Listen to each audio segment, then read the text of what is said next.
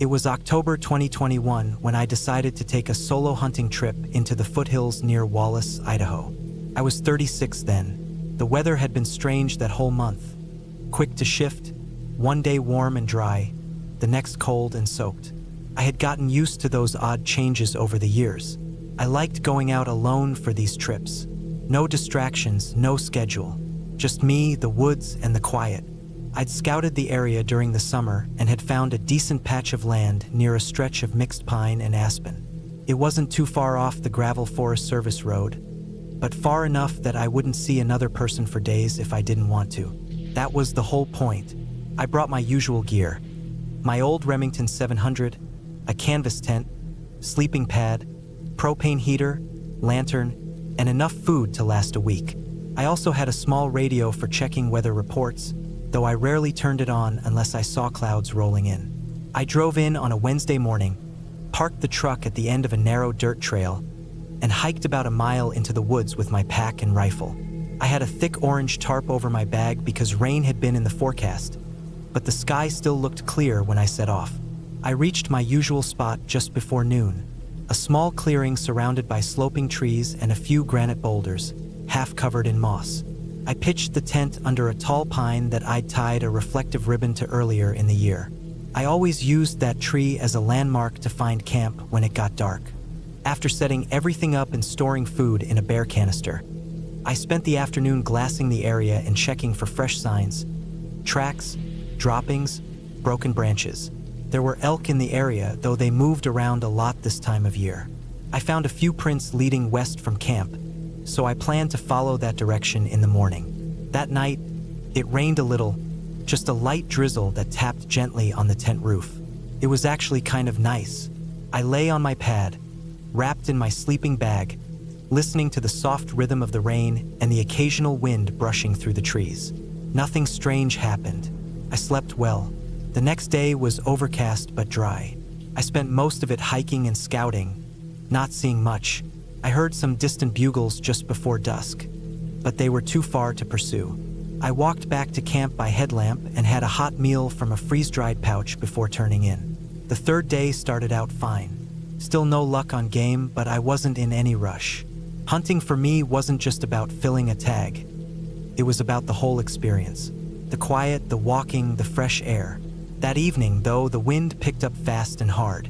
I could see dark clouds building over the ridge to the north, and I knew rain was coming again, maybe worse this time. I ate early and battened down camp before crawling into the tent. Around 9 or 10 p.m., the rain started, and this time it wasn't soft. Came down in heavy sheets, loud against the nylon. Wind shook the sides of the tent, and pine needles dropped constantly. I lay still in the dark, listening. The heater hissed softly. I didn't sleep much. Then, around midnight, something pulled me out of my half-sleep. I couldn't explain it at first. It wasn't a sound exactly, it was a shift, a feeling, like the atmosphere had changed. I turned off the heater and listened. The rain was still going strong, and the wind was gusting, but underneath that, I thought I heard something else. A sharp crack, not thunder, more like a branch breaking. It came from downslope, maybe 30 or 40 yards from camp. I thought maybe it was an elk or a deer, maybe even a bear moving through. I reached slowly for my rifle and laid it across my lap. I waited like that for a long time, maybe 20 minutes, just listening. Another sound came, softer this time, something brushing against a tree trunk or maybe rubbing against a bush. It was steady, deliberate, not the erratic stumbling of an animal, more like someone or something moving carefully, slowly. I felt my throat tighten. I've been out in the woods plenty. I've seen bears up close. I've had wolves come near camp. But this was different. It wasn't just noise. It was the way the sound paused and started again. Too purposeful. I flipped off the lantern and sat in total darkness, just staring toward the tent wall in the direction the sound had come from. Then I heard it, a footstep. Not the kind you hear from a four-legged animal. This was the unmistakable sound of a human boot pressing into wet ground. I didn't move. I barely breathed. My finger hovered above the safety. I strained my ears. Another step. Closer. I felt my heart thudding against my ribs, Not from panic, just from pure awareness. My brain was firing on all cylinders, taking in every sound, every change in the wind. I knew I wasn't imagining it.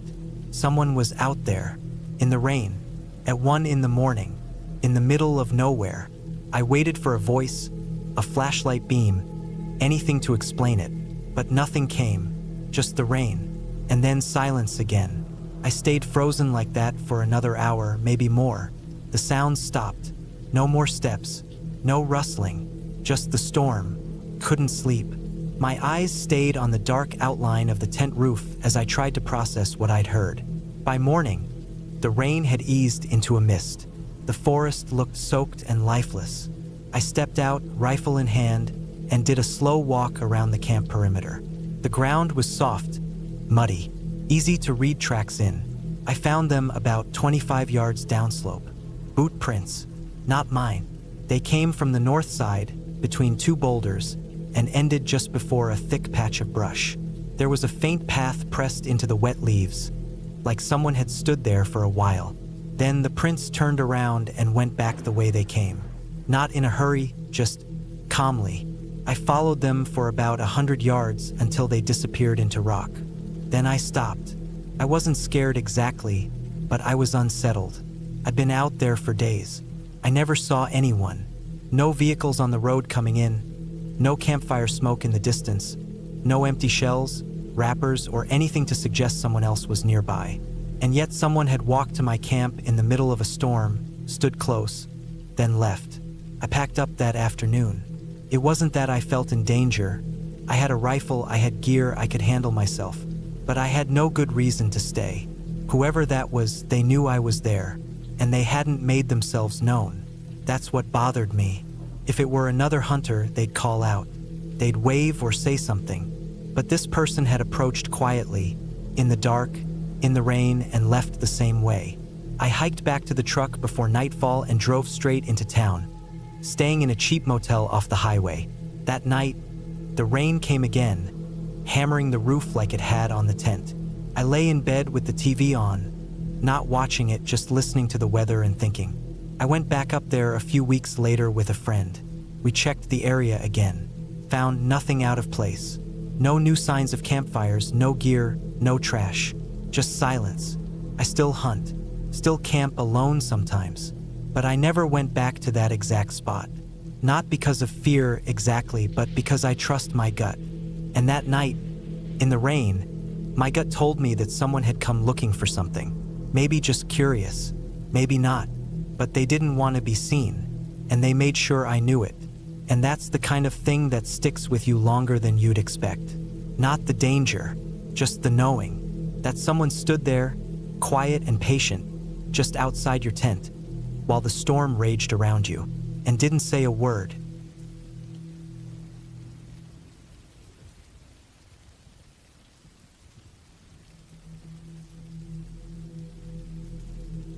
I was 32 when I decided to spend a week alone out in the woods of Colorado. It was late September of 2017. The idea had been in my head for a while. No distractions, no phone, just me, my backpack, and the woods.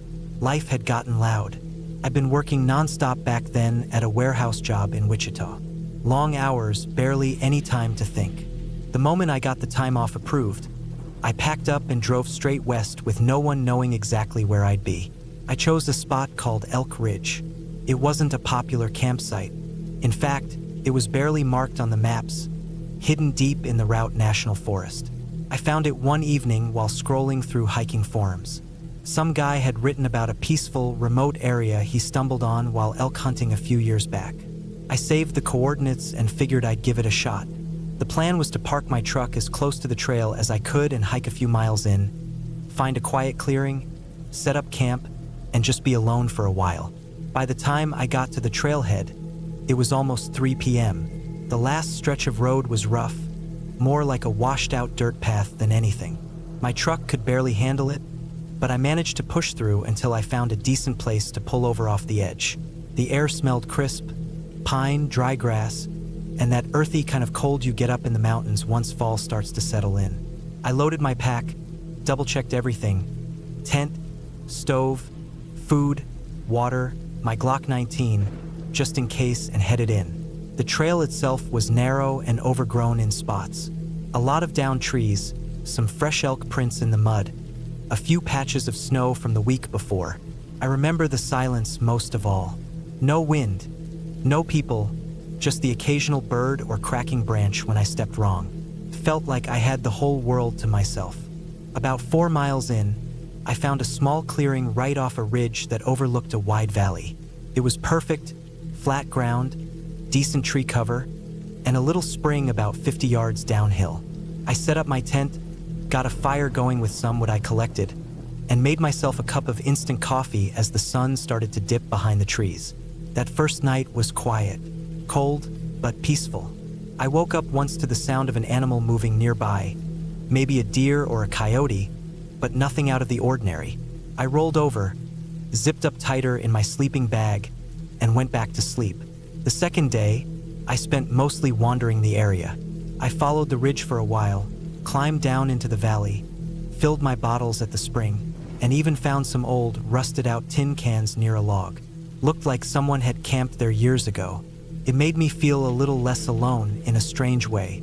That evening, I noticed something that I thought was odd but didn't give much attention to. Around sunset, I saw what looked like boot prints in the mud near the edge of my camp. I figured maybe they were mine from earlier when I was walking around, or maybe they were just old. They weren't deep and the dirt wasn't wet, so it was hard to say how fresh they were. Still, something about them felt off. That night, I kept my pistol a little closer, just in case. By the third day, I started to get that feeling you get when you're being watched. I chalked it up to paranoia. I hadn't seen a single person since I'd gotten out there. No hikers, no hunters, not even signs of anyone. But that feeling stuck with me, like something was just on the edge of the trees, watching but not stepping out. I tried to shake it. I hiked a few miles farther out that day, looking for signs of elk or deer. The air was cooler and the wind had picked up. Leaves rustled all day, and I couldn't tell if the sounds I heard were animals or something else. I found more old prints along a game trail that afternoon. These were clearer, definitely boots, but heavy, larger than mine. I wear a size 10, and these were maybe 12s or 13s. That night, I stayed up later by the fire. I didn't light my lantern, just the flames and the stars above. The woods were quiet, like they were holding their breath. No animal sounds, no bugs, just me and the fire. I thought I saw movement once or twice in the distance, like someone ducking behind a tree. But I couldn't be sure. Could have been shadows. Could have been my mind messing with me. I slept badly that night. I kept waking up, straining to hear anything. Around 2 a.m., I heard soft crunching in the leaves outside my tent. I didn't move. I just laid there, heart pounding, hand on my pistol. Whatever it was, it stopped for a while. Then I heard a soft sniff, like someone inhaling through their nose just outside the tent fabric. I didn't move an inch.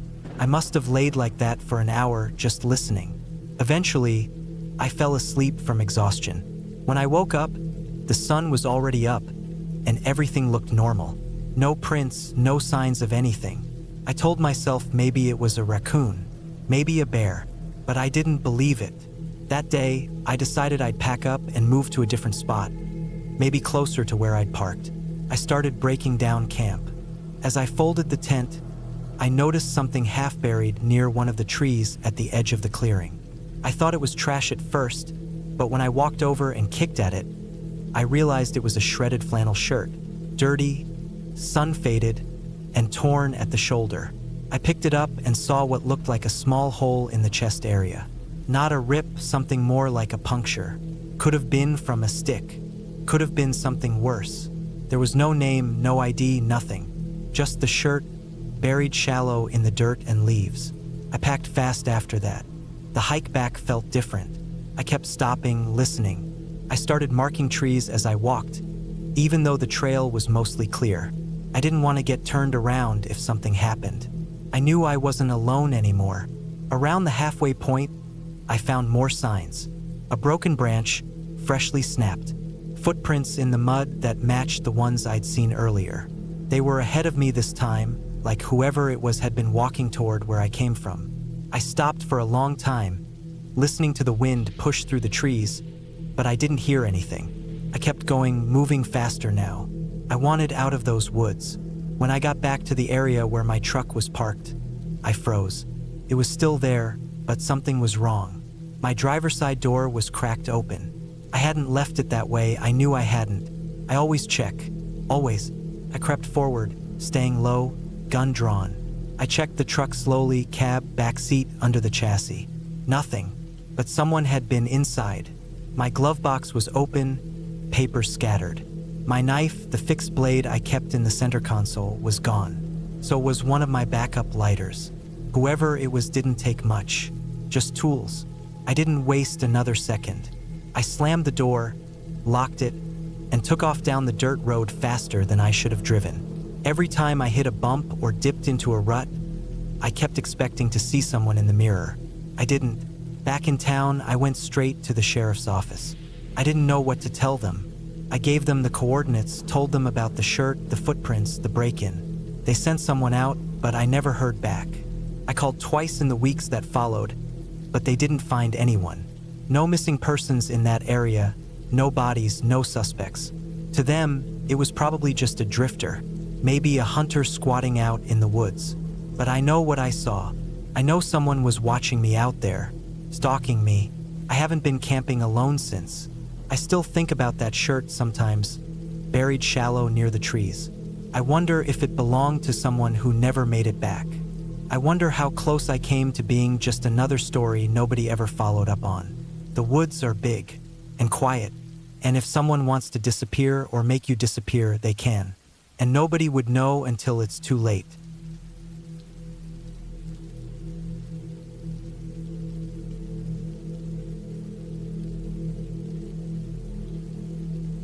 The air was dense with the earthy smell of pine and damp soil as we made our way through the thick forest. I was with my boss, Daniel, his wife, Clara, and her stepsister, Ivy. We had come to the small cabin in the middle of nowhere for a weekend camping trip. The cabin was tucked away on the outskirts of a national park, far from the nearest town. It was a place Daniel had been to a few times, and he'd invited us along for a quiet retreat. We arrived late in the afternoon, the sun low in the sky, casting long shadows across the landscape. The drive had been long, and the dirt roads leading to the cabin were narrow and rough, but we finally made it. I could tell that Clara was excited, but there was a subtle tension in her face, something I couldn't quite place. Ivy, on the other hand, seemed indifferent. She was always like that, hard to read. As we unloaded our gear, the forest around us seemed to come alive with the sounds of birds and the rustle of leaves. The cabin itself was nothing fancy, just a wooden structure with a slanted roof and a small porch. There was a fire pit in front of it, surrounded by a few logs to sit on. It had an old charm to it, the kind of place that felt like it belonged to another time. We settled in quickly. Daniel got the fire going, and Clara started preparing dinner. Ivy wandered off into the woods, probably to explore. I didn't think much of it at first. She had always been the adventurous one in the family, preferring to keep to herself. As night fell, the temperature dropped quickly. I wrapped my jacket tighter around my body, watching the flames dance in the fire pit. We ate in silence, the crackling of the fire the only sound that broke the quiet. The stars above were bright, more than I'd ever seen in the city. It felt peaceful at first, but the deeper we got into the evening, the more unsettled I began to feel. There was something about the silence of the forest that made my skin prickle. Clara seemed to feel it too. She kept glancing toward the trees, as if she expected something to emerge from the shadows. Daniel, ever the outdoorsman, didn't seem bothered. He was too busy tending to the fire, telling stories of his past camping trips. "Let's go for a walk," Ivy suggested suddenly, breaking the tension. She had returned from her exploration, and though her face was unreadable as always, there was a certain energy about her. The woods looked different at night. I didn't want to go, but I felt the pressure of the situation.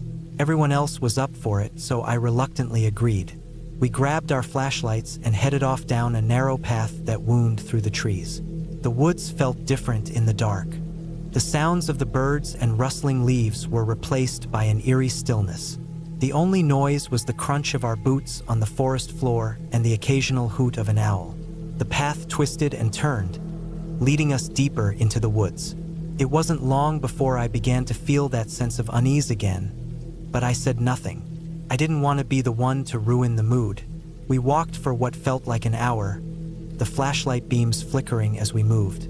Clara kept close to Daniel, and Ivy led the way, her movements almost graceful, as if she knew this forest like the back of her hand. I followed behind, my thoughts wandering. Then something caught my eye, a glint of light off to the side, just beyond the trees. I stopped, squinting into the darkness. It was faint like a reflection, but it was there. I glanced over at Daniel, who was too busy talking to Clara to notice. "Did you see that?" I asked quietly, though I wasn't sure who I was speaking to. No one answered, but I could tell that Clara had heard me. Her head snapped around, and for the first time that night, her expression was one of concern. Ivy, still ahead of us, didn't seem to notice or care. She was walking with purpose, leading us farther into the forest. I had the distinct feeling that she was pulling us into something I didn't understand. Suddenly, the air shifted. A cool breeze rushed through the trees, carrying a faint but unmistakable smell. It was the scent of something dead, like rotting meat. I gagged involuntarily and took a step back. "What is that smell?" I whispered. Clara's face went pale. "We need to turn around," she said, her voice low. "Now." Ivy finally stopped, turning to face us. Her expression was blank, but there was something in her eyes that I hadn't noticed before. A coldness, something distant and unfeeling. "We're almost there," Ivy said, her voice softer than usual. She had a strange smile on her lips, and her eyes darted between us, as if watching us closely. "Trust me." Daniel looked between Clara and Ivy, his brow furrowed. "What's going on?" But Ivy was already walking again, her pace quickening. We hesitated for a moment before following. I couldn't shake the feeling that something was terribly wrong. We reached a small clearing in the forest. It was darker here, the trees so thick that they blocked out most of the moonlight. At the center of the clearing, there was a large rock, almost like an altar. Surrounding it were strange markings, carved into the ground, faint but still visible. The air felt thick, heavy with something I couldn't explain. Ivy stood there, staring at the rock. "This is where it all started," she said quietly. "This is why we're here." Clara stepped back, her face twisted with fear. "What are you talking about?" Ivy didn't answer right away. She just stared at the markings, her eyes narrowing as if she was waiting for something. I wanted to leave, to run, but my legs felt like lead. There was something about this place, something that held me there, rooted to the ground. And then I saw it. Out of the corner of my eye, a figure emerged from the trees. It was tall, thin, and barely visible in the darkness. For a moment, I thought it was just a trick of the light, but it moved, stepping out from the shadows. My heart began to race. The figure was covered in tattered clothing, and its face, when I caught a glimpse of it, was pale, gaunt, and twisted into a grimace. "Run!" I shouted, my voice raw with fear. I didn't wait to see if anyone else was moving. I turned and sprinted through the trees, branches scraping at my face and arms. Behind me, I could hear the others following, their footsteps hurried and frantic. The sound of the figure's movement was close, too close. I didn't know how much time passed, but when I finally broke free from the trees, I found myself back at the cabin, gasping for breath. Daniel and Clara were there, but Ivy wasn't. I don't know when she stopped following us, but I couldn't bring myself to go back for her. I couldn't even think about it. The cabin door slammed shut behind us, and Daniel locked it immediately. We gathered in the living room, shaking, trying to make sense of what had just happened. But nothing made sense. The figure, whatever it was, wasn't real, was it? The smell, the markings, Ivy's strange behavior. None of it felt real. But I knew one thing for sure. Whatever had been out there, it wasn't something we could explain. And it wasn't something I ever wanted to face again. The rest of the night passed in a blur. We didn't sleep. We sat in silence, listening to the sounds of the forest outside. but whatever had followed us was gone. At least we hoped it was. When the morning finally came, the sun rose over the horizon, casting a warm light over the forest. It felt like a new beginning, like we had escaped something terrible. But when I looked over at Daniel and Clara, I saw the same fear in their eyes. Ivy never returned. We waited for hours, hoping she would show up, but she didn't. It was as if she had disappeared into the woods, never to be seen again. The thought of going out to search for her made my stomach turn. I didn't want to go back into that forest, not after what we'd seen. We packed up and left, not saying a word to each other on the drive back. But I couldn't shake the feeling that something was still out there, waiting, and that maybe, just maybe, it hadn't been a coincidence that we had ended up in that place. As the miles passed, the weight of what had happened settled into my chest, and I realized that whatever happened that night, it had changed something in me, forever.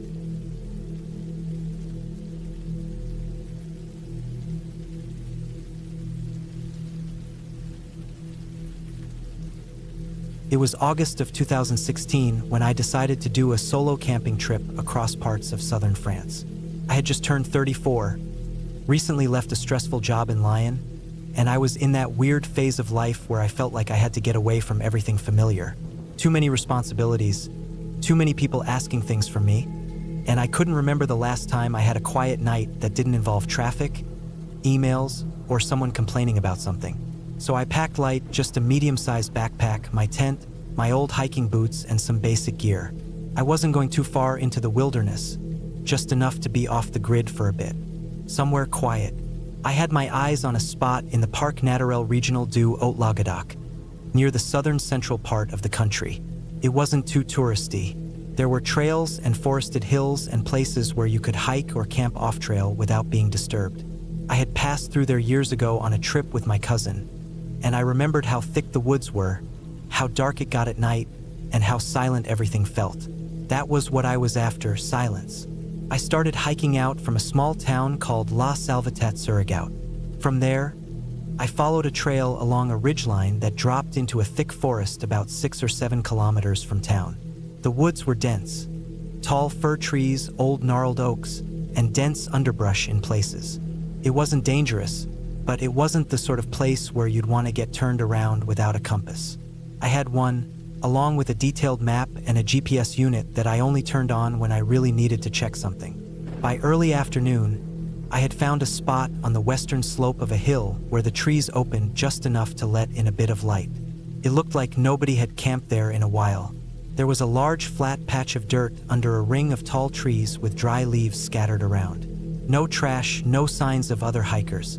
It was far enough from the trail that I wouldn't be seen, and I had a decent view down the hill toward a narrow gully with a stream. I pitched my tent just before sunset. It was a small 2-person one I'd had for years, nothing fancy, but it held up. I ate a cold dinner from a can and sat quietly for a while, listening. I hadn't seen anyone since leaving the trail that morning. It felt perfect, remote, peaceful, and a little eerie, the kind of solitude I thought I wanted. There were birds calling in the distance, and sometimes I heard something moving through the underbrush, probably deer or boars, both common in that region. I knew there were wolves in parts of France, but they stayed farther east and didn't come close to humans. By the time it was fully dark, I was zipped inside my tent with my headlamp off. I lay there listening to the soft sound of the forest. Insects clicking, branches creaking with the breeze, the faint trickle of the stream below. Then something shifted. A noise that didn't quite belong. It wasn't loud, but it was steady footsteps. Human footsteps, not an animal. I could tell by the rhythm, the way it paused and started again, how it circled wide before stopping. I held my breath. The steps weren't right next to the tent, but they were close enough that I could hear leaves being crushed, twigs snapping gently underfoot. Not a lot of weight. Whoever it was moved carefully, not like someone hiking normally. I stayed still for a long time, trying to figure out what to do. My backpack was inside the tent, and I had a small camping knife in one of the side pockets, more for cooking than anything else. I didn't carry a weapon. I never needed to. The footsteps eventually faded, going downslope toward the gully. I waited until I couldn't hear anything else.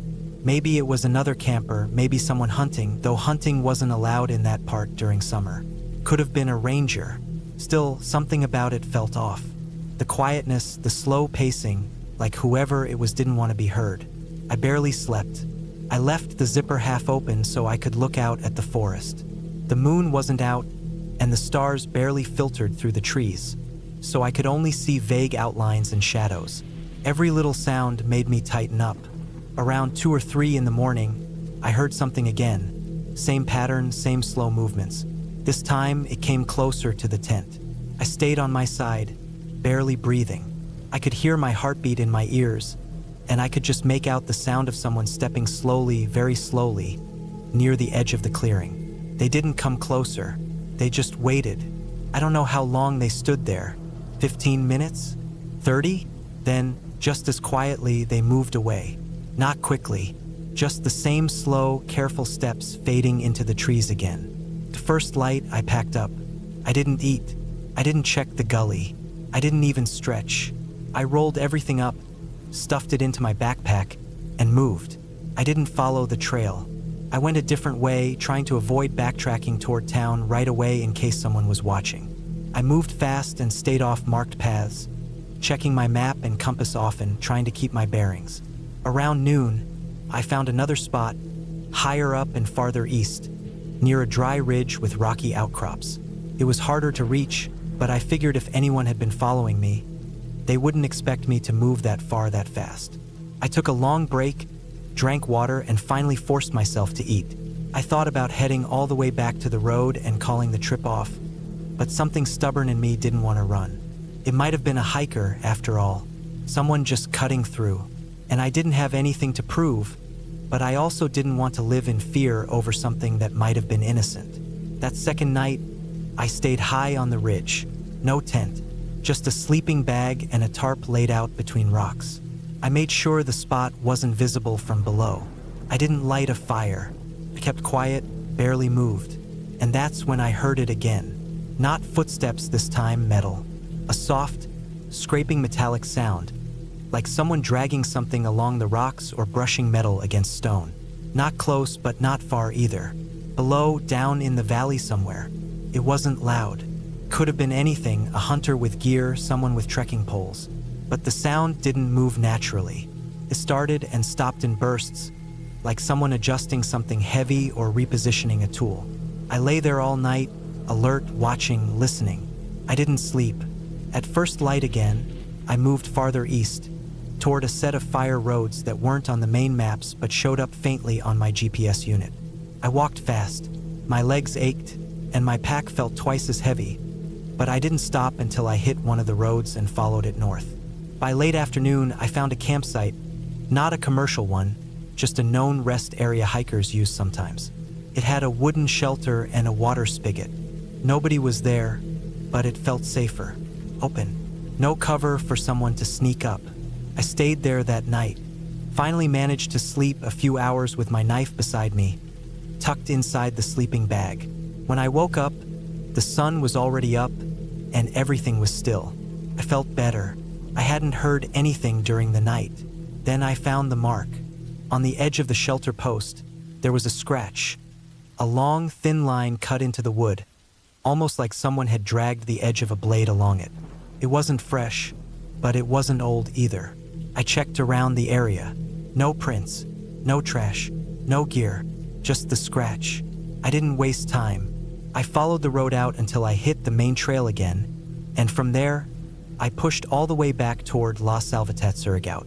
I was tired, filthy, and hungry, but more than that, I felt drained. Something about that whole experience stuck with me in a way that normal camping trips don't. It wasn't just fear. It was the creeping feeling that I'd been watched. Not just once, the entire time, like I'd wandered into someone else's territory, and they were deciding whether I was worth bothering with or not. Back in town, I cleaned up at a small guest house, ate a proper meal, got some sleep in a real bed. I didn't tell anyone what had happened. What could I say? There was no proof, no name, just footsteps and strange sounds in the dark. But it felt real, too real, and I haven't camped alone since. Even now, years later, I think about that scratch on the shelter, about the footsteps, about the silence that followed them. Someone was out there with me, someone who knew those woods better than I did, and they never spoke, never showed themselves, never left anything behind except the quiet. And that's what still gets me, not the fear, not the darkness, but the silence, how nothing ever broke it, except the sound of someone moving just outside my sight, slow and patient, like they had all the time in the world. I haven't been back to that part of France since. Probably never will.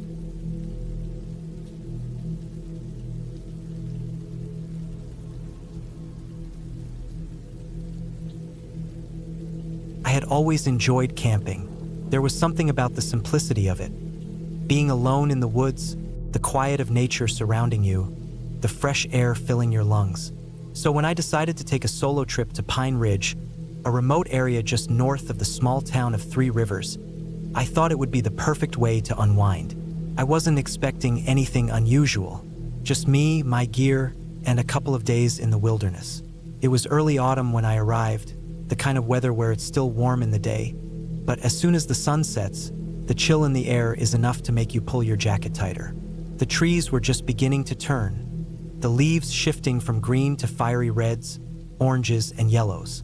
I parked my truck at the trailhead, grabbed my backpack, and set off into the woods. The trail was well marked, a simple hike that should take about an hour to reach the campsite I had in mind. But that hour felt different this time, heavier somehow. The air had that crispness that made me feel more alert, like something was just outside my field of vision. As I walked deeper into the woods, I started to realize just how quiet it was. The usual sounds of birds and squirrels, the rustling of leaves, were absent. I couldn't remember the last time I'd been in a place that felt this still. The only noise was the sound of my own footsteps on the soft forest floor. The trail was narrow, winding around thick trees, their trunks tall and imposing. It was like walking through a tunnel of nature. I had planned for a peaceful retreat, but as the daylight began to fade, I started to feel an uneasy twinge in the back of my mind. It wasn't anything specific, just a sense of being watched. Maybe it was the stillness, maybe it was the eerie quiet, but something felt off. I tried to shake it off. After all, this was supposed to be a getaway, a chance to relax, not to get paranoid. By the time I reached my campsite, the sun had dipped below the horizon, casting long shadows through the trees. It wasn't pitch dark yet, but the forest felt like it was closing in around me. I set up my tent in a small clearing, the ground a little uneven, but it would do. I built a small fire, the crackling flames casting warm light on the trees. The night air was cooling rapidly, and I zipped up my jacket, settling into the camping chair I had brought with me. The fire gave me comfort, its warmth pushing back the chill. I ate a quick dinner, something simple, beef jerky and trail mix, and watched the flames dance. That was when I first heard it, a distant sound, a rustling like someone walking through the underbrush. At first, I thought it was an animal, maybe a deer or a raccoon, but the sound was too deliberate, too rhythmic. It didn't feel like it came from an animal. I sat up straighter in my chair, listening. The sound stopped. I waited. Nothing. For a moment, I convinced myself I was just being paranoid. It was probably just the wind, right? The forest can play tricks on your ears. But then I heard it again, closer this time. The unmistakable sound of footsteps in the leaves. I stood up, grabbing my flashlight and scanning the area around the campsite. Nothing. The light swept over the trees, casting long shadows. I didn't see anyone, didn't see anything moving. Still, that uneasy feeling clung to me, persistent. I slowly sat back down by the fire, trying to focus on the flames, telling myself it was nothing. The night grew darker, the fire flickering lower. I added another log, the crackling sound filling the silence. I tried to ignore the feeling that someone or something was nearby. The woods were silent again, except for the occasional crack of a twig breaking underfoot. But the weird thing was, I never heard anything approaching. No footsteps, just that sudden crack of something moving, always just beyond the edge of my vision. At some point, I must have dozed off, the warmth of the fire making me feel drowsy. I woke up with a start, the fire still glowing faintly, but the air around me had changed. The temperature had dropped significantly. I could see my breath now, a misty cloud in the cold air. I checked my watch midnight, and then I heard it, a loud, unmistakable crack of a branch snapping. But this time it wasn't far off. It was right at the edge of the clearing, just beyond where my firelight reached. I froze. My heart started to race. Was it an animal? A bear? Person? The thought of someone else being out here didn't sit right with me. The nearest town was miles away, and I hadn't seen anyone on the trail. I grabbed the flashlight again, my hand shaking as I swept it over the trees. Nothing. But then, there it was, a faint shape, standing just outside the light of the fire. A figure tall and thin. I couldn't make out any details, just the silhouette of someone standing there, motionless. My stomach tightened, and a cold sweat broke out on the back of my neck. I didn't know what to do. I wanted to call out, to ask if anyone needed help, but my voice wouldn't come. I felt like I was being held in place by some invisible force. After what felt like an eternity, the figure stepped back into the shadows, disappearing into the night. I don't know how long I sat there, frozen, the flashlight in my hand trembling. My mind raced with possibilities. Who could that have been? It didn't make sense. There was no reason for anyone to be out here. I hadn't seen anyone on the trail, and the campsite was miles away from any roads. I'd seen no other vehicles. Eventually, my instincts kicked in. I wasn't about to sit here and wait for whatever it was to come back. I grabbed my gear, shoving it into my bag with shaky hands. I had no plan, no clear idea of what I was doing. I just needed to get out of there. I had to get away from that campsite, away from the feeling of being watched. The woods were silent again, almost too silent. I couldn't shake the feeling that I wasn't alone, that something was following me. I moved quickly, my feet stumbling over rocks and uneven ground as I retraced my steps along the trail. My flashlight beam bounced erratically, casting weird shadows on the trees. Every snap of a twig made me jump. I walked for what felt like hours, the darkness swallowing me whole. I couldn't stop moving, couldn't shake the sensation of someone being just behind me, always out of sight. My heart was pounding in my chest, and my breath came in short, sharp bursts. I didn't know if it was the fear or the cold that was making me shake, but I couldn't focus on anything but putting distance between myself and that campsite. Finally, just as the first light of dawn began to filter through the trees, I reached the trailhead again. My truck was parked just where I had left it. I didn't even stop to think. I threw my gear in the back, slammed the door shut, and drove off without looking back.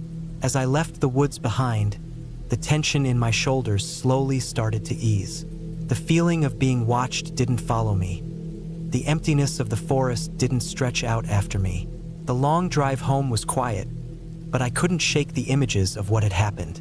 When I reached my house, I sat down on the couch, exhausted. I thought back to the figure I had seen standing just beyond the firelight. I didn't know who or what it had been, but I did know one thing. The woods weren't as peaceful as they seemed. Something or someone had been out there, and I would never go back to Pine Ridge again.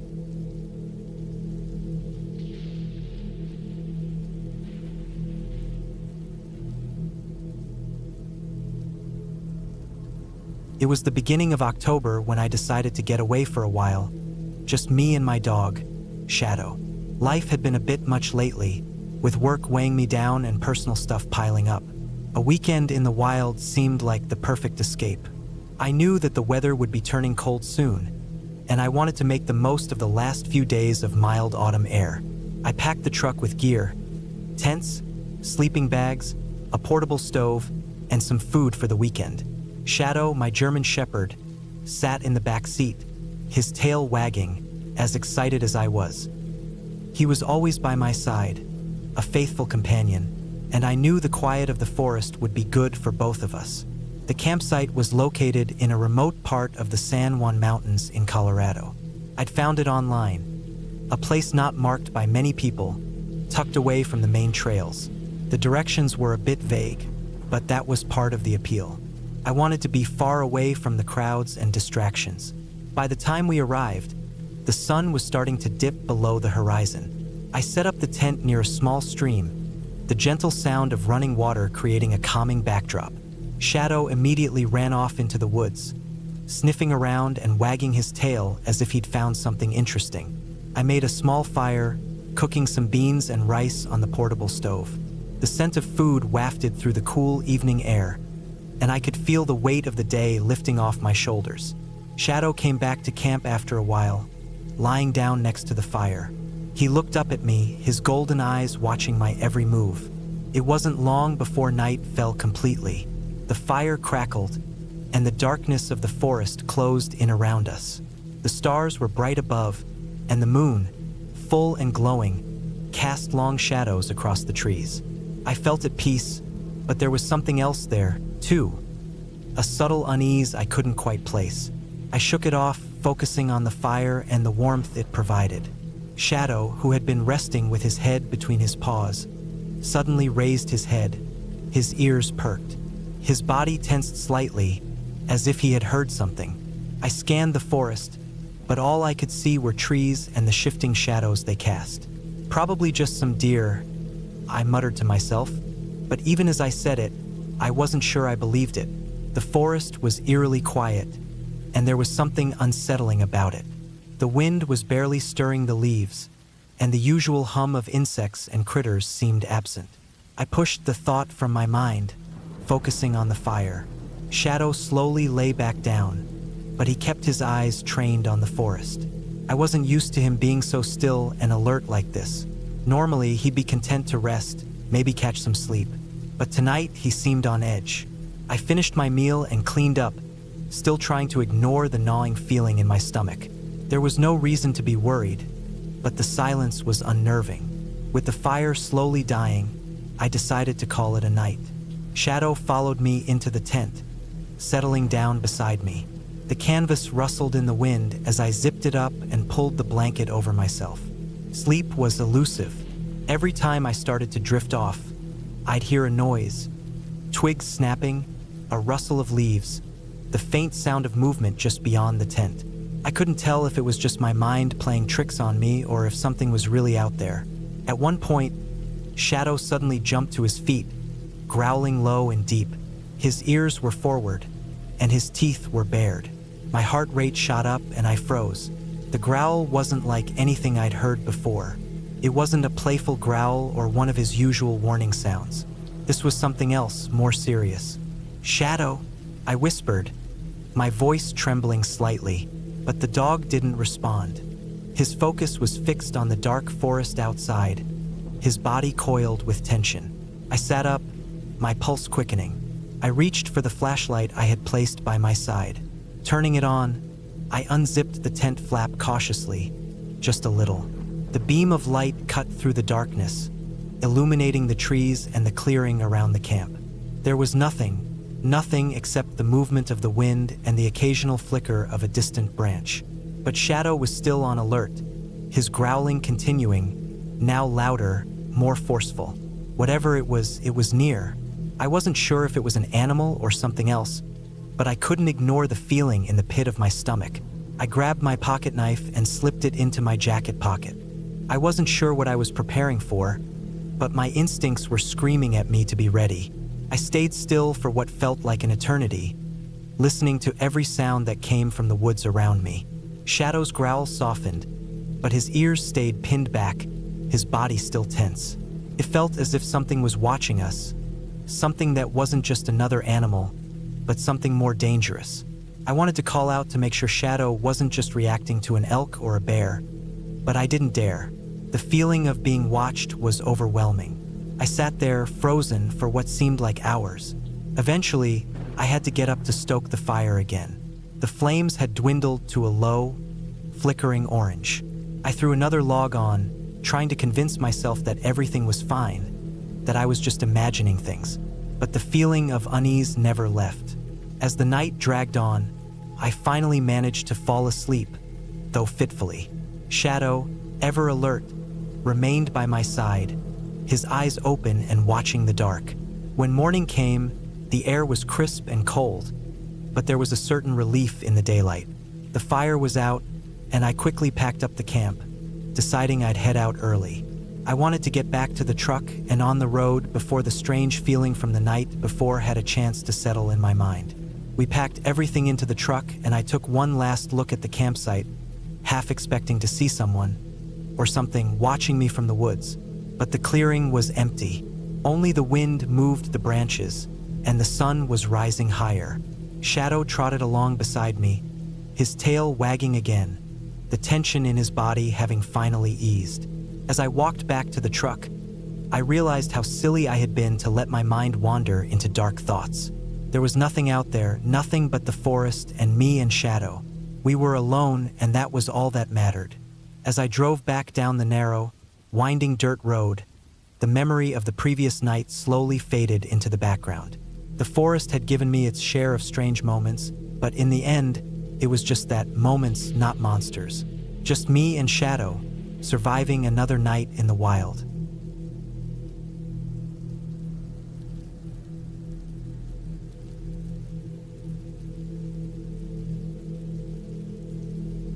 It's funny how the woods always seem quiet at first. The trees tower above, their branches weaving together like a canopy, blocking out the sky. You think it's peaceful, but the longer you stay, the more you realize that it's anything but. That realization comes slow, creeping in like the mist that blankets the forest floor after dark. My name is Ben. I'm in my late 20s, born and raised in New York City, and I've never been much of a camper. But when I decided to go out to the woods for a solo trip, I wanted something different, something that would challenge me. I wasn't used to silence. The hum of city life had always been my background noise. So when I chose to spend a weekend alone in the woods, deep in a secluded park in northern Pennsylvania, I thought I could handle it. I packed my gear in the trunk of my old Subaru, left the city behind, and drove for hours until the roads grew narrower, winding through dense forest. The place I was headed, the Allegheny National Forest, was known for its vastness and its remoteness. I found a spot by a small, fast-moving creek that ran through the woods.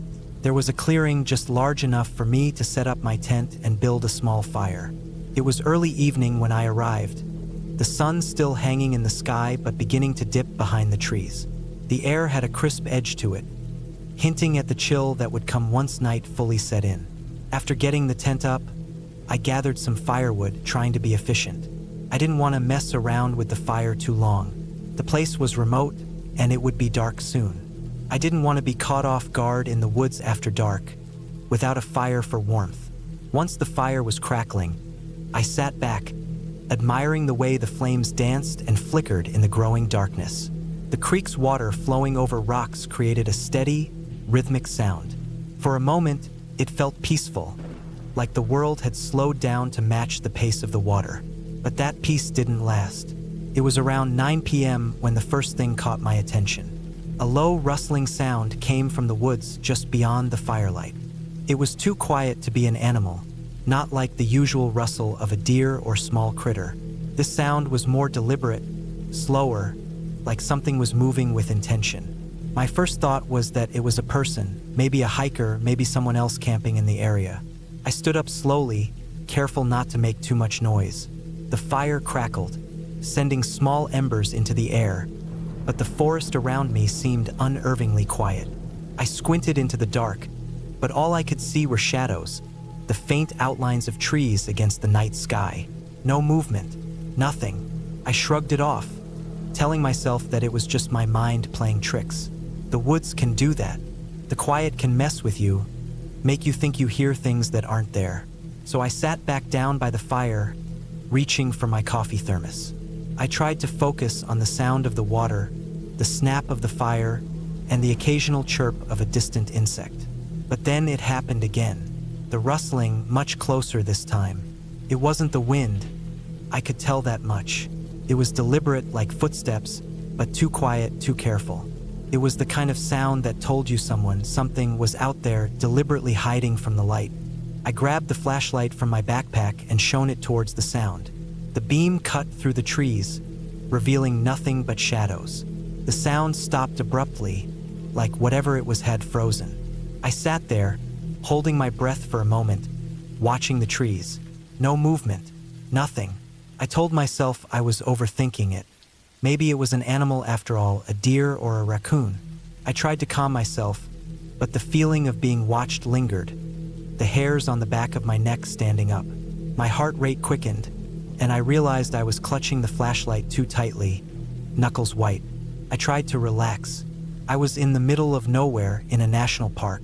There was nothing here but nature, right? I decided to take a walk. I wasn't going to sit around and get paranoid. I told myself I would just stretch my legs, walk to the edge of the clearing, and then come back. That was the plan anyway. As I stepped away from the fire, I felt the cool night air on my face. The sky was clear, and the stars were visible through the gaps in the tree canopy. It was beautiful, calming, but still, I couldn't shake the feeling that something was off. I walked for about 15 minutes, the beam of my flashlight cutting through the shadows. The air smelled of wet earth and pine, and every now and then, I heard the distant chirp of an owl. Then, as I rounded a corner of trees, I saw something. A figure standing in the distance, at the edge of my flashlight's beam. I froze. It wasn't much, just the silhouette of a person, standing still, facing away from me. The figure was still and unnerving in its silence. I didn't make a sound, couldn't. The first thought that crossed my mind was that it was another camper, someone who had gotten lost or was walking in the woods at night. But then I noticed something strange. The figure didn't move, not even a little, just standing there, facing away. I took a step back, heart pounding now. I didn't want to approach. Something felt wrong. But what? Why would someone be standing in the woods at night, motionless? I took a deep breath and called out, "Hey, you okay?" No response. The figure didn't turn, didn't acknowledge me at all. I was starting to feel uneasy, but I forced myself to walk closer. Maybe it was a prank. Maybe someone who had seen my campfire and was messing with me. But as I got closer, I realized something that made my stomach drop. The person wasn't standing at the edge of the clearing. They were standing just past it, in the deeper woods, far from any trail. There was no reason for anyone to be out there. The park had regulations, and the area I was in wasn't a part of any known trail system. I kept walking toward the figure, the flashlight trembling in my hand. When I was about 10 feet away, the figure suddenly moved, jerking its head toward me, just enough for me to see a flash of something pale under the trees. I froze and my blood ran cold. The figure was wearing what looked like an old, tattered hoodie, but there was something strange about the way it moved, like it wasn't walking so much as gliding, its feet barely touching the ground. I turned around and sprinted back to my campsite, heart pounding in my chest. When I reached the clearing, I threw myself into the tent, locked the zipper, and tried to steady my breath. I told myself I had overreacted. It was just a person, just some weird situation. But the longer I sat in the tent, the more I realized that my mind wasn't playing tricks on me. Something was off. Hours passed. I lay in the dark, the tent walls pressing in on me. The wind had picked up, and I could hear the sound of trees swaying. Every creak felt like a warning, every gust of wind like a threat. My flashlight sat by my side, ready if I needed it, but I didn't dare leave the safety of the tent. I knew I had to get out of there. By the time the first light of morning broke through the trees, I had packed up my camp. I didn't care about the rest of the weekend. I wasn't about to risk another night in that place, not knowing what was lurking just beyond the firelight. I drove back to the city, my mind racing with what had happened. I don't know if I'll ever return to those woods. The more I think about it, the more I wonder if I was just caught up in a strange coincidence, or if there was something else out there. But one thing's for sure, some places should stay unexplored, and some things are best left unseen. When I finally got home and looked at my gear, I found something strange. At the bottom of my bag, under a jacket, was a small, torn piece of cloth, gray, frayed at the edges. I didn't recognize it, but the fabric felt familiar. Maybe it was from the hoodie I saw, maybe not, but I kept it, because that night, I learned that some memories aren't just in your head. Some of them follow you, and some things, well, some things you can't shake.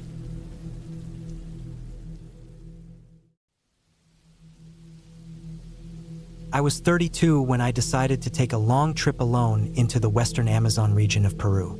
It was late July 2019, and I'd saved up nearly all of my vacation time and a good chunk of money over 2 years for this.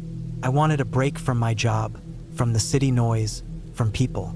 I wanted something raw, something that would get me out of my head. A week deep in the rainforest, sleeping in a tent, cooking what I caught, away from every clock and screen. That's what I wanted. That's what I thought I needed. I flew into Lima, stayed a night, then took a smaller flight to a city near the edge of the jungle. From there, I arranged a boat ride that would drop me off at a remote area I had read about in a few travel blogs. People mentioned it was beautiful, less traveled, and rich in wildlife. It sounded perfect. I didn't tell anyone the exact location. My sister knew I was heading to the Amazon, and I left her my itinerary. But I didn't give the fine details. I figured I'd be fine. I had gear, a decent level of survival knowledge, and I was in good shape.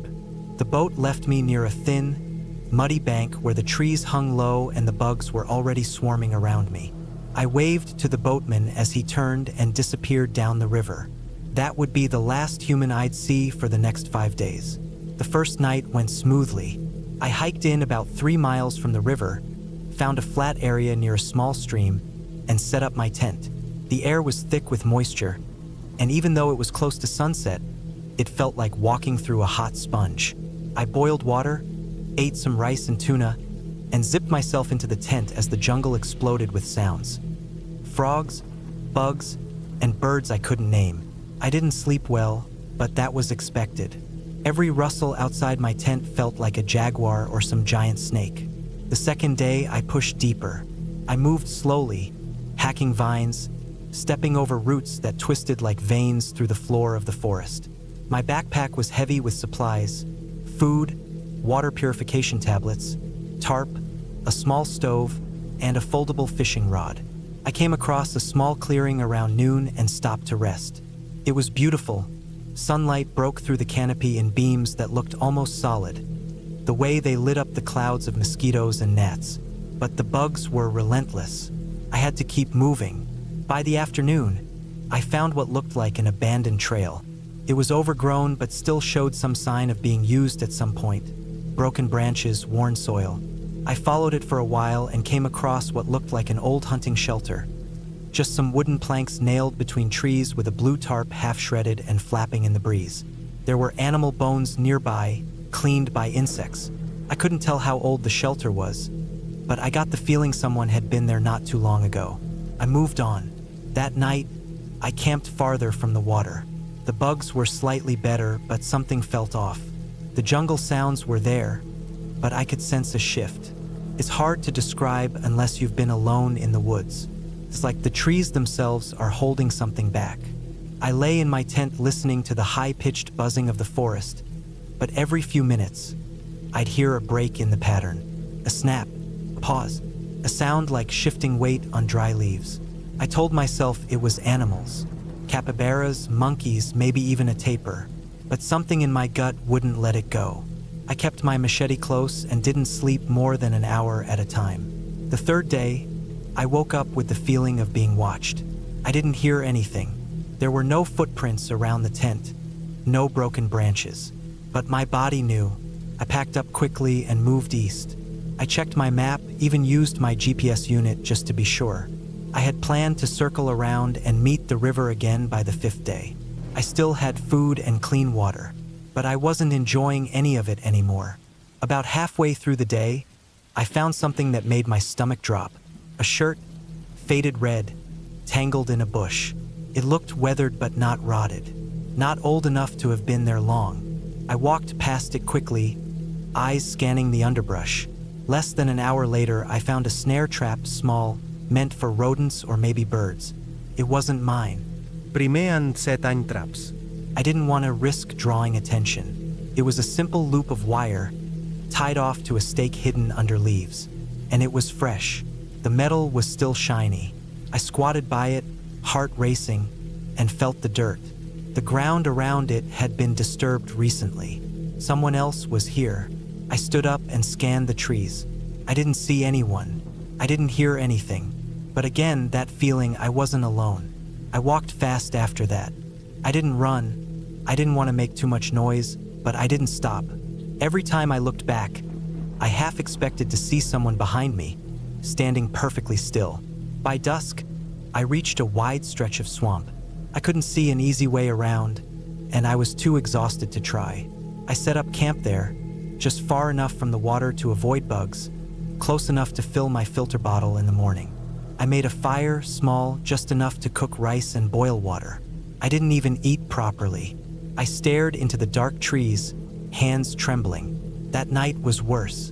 At some point past midnight, I heard a noise I hadn't heard before. A steady, soft crunching, like footsteps on leaves. Human footsteps. I held my breath and listened. It stopped when I shifted in my sleeping bag. Dead silence, then the sound again, closer this time.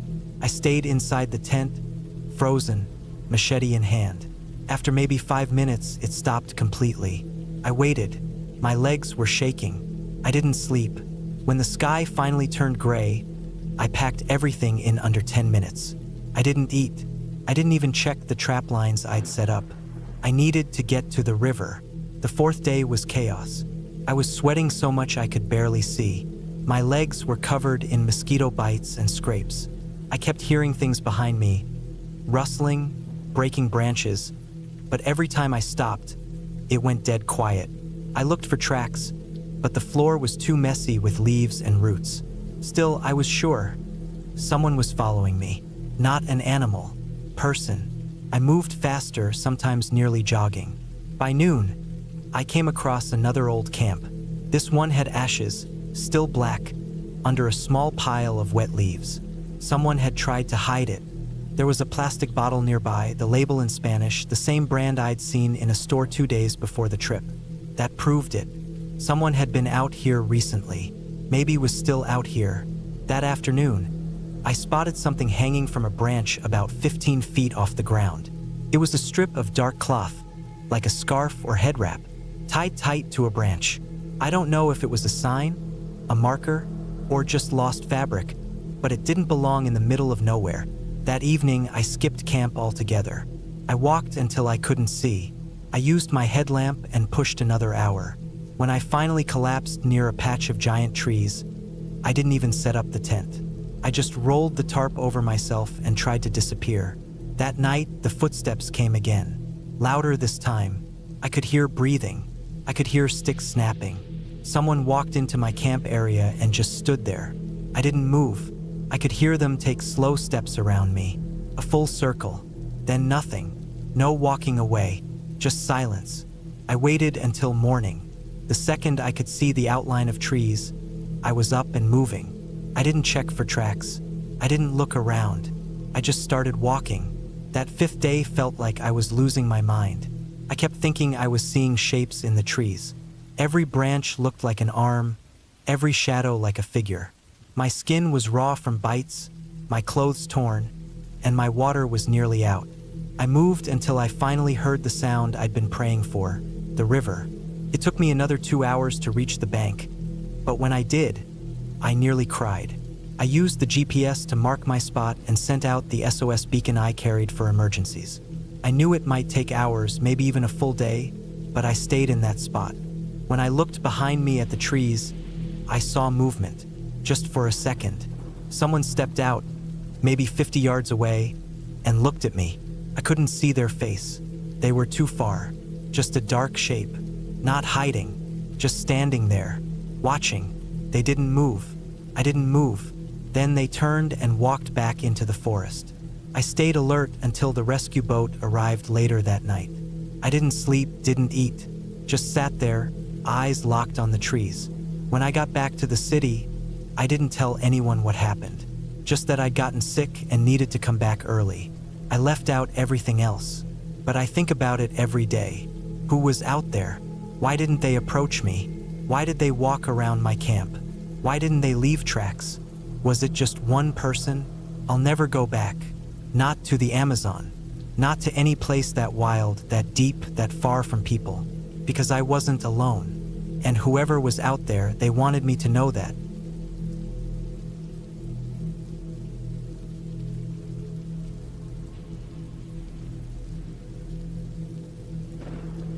It was late October of 2013, and I was 32 years old when I decided to take a solo hunting trip in the hills near Larkspur Valley, Oregon. I'd been to the area a few times before, but never for an overnight trip by myself. I had done plenty of hunting over the years, mostly deer and elk, and I always found this part of the country peaceful, quiet, and undisturbed. It was the kind of land that hadn't been torn up by tourists or cabins yet. That made it feel a little more raw, a little more real. I had 2 days off work from the auto shop, and my girlfriend at the time had gone to visit her parents down in Sacramento. So it felt like the perfect chance to just get away from town, breathe some fresh mountain air, and put a little meat in the freezer if I was lucky. The weather report said there might be rain the second night, but I packed accordingly. I had a canvas tent, a decent cot, and a waterproof sleeping bag. My rifle, a well-kept Remington .308, was cleaned and sighted the day before. I had plenty of supplies, extra layers, and a thermos of black coffee already made when I pulled out of my driveway around 6 a.m. that Friday morning. The road leading up to the ridge trailhead wasn't paved, but my truck had good clearance and new tires. I drove carefully, tires crunching over wet gravel and dried leaves. It had rained a little the night before, so there was a light mist in the trees, and everything smelled like pine and damp soil. I reached the clearing around 8 a.m., parked near a fallen log, and threw my pack over my shoulders. I hiked for most of the day, not in a rush, just walking slowly through the thick trees, watching for fresh signs, broken branches, tracks, maybe a bit of rubbed bark. I passed through stretches of dense pine and then up into more open terrain with dead trees that had been scorched by a fire a few years back. Around mid-afternoon, I spotted a small herd of mule deer, too far out to get a good shot. I marked the location on my GPS just in case and kept moving. By late afternoon, I reached a small hollow between two ridges that was tucked out of the wind and sheltered by trees. It was a spot I had camped near once before with an old buddy. The ground was dry enough, the view was open enough to keep an eye on the trail, and there was a natural overhang in the rocks nearby that I used as a windbreak. I dropped my pack and set up my canvas tent in the flattest spot I could find. After I had the tent up and my gear laid out inside, I collected some dry sticks and got a fire going. The sun was low by then, and a light drizzle started just as I got the fire hot enough to boil some water.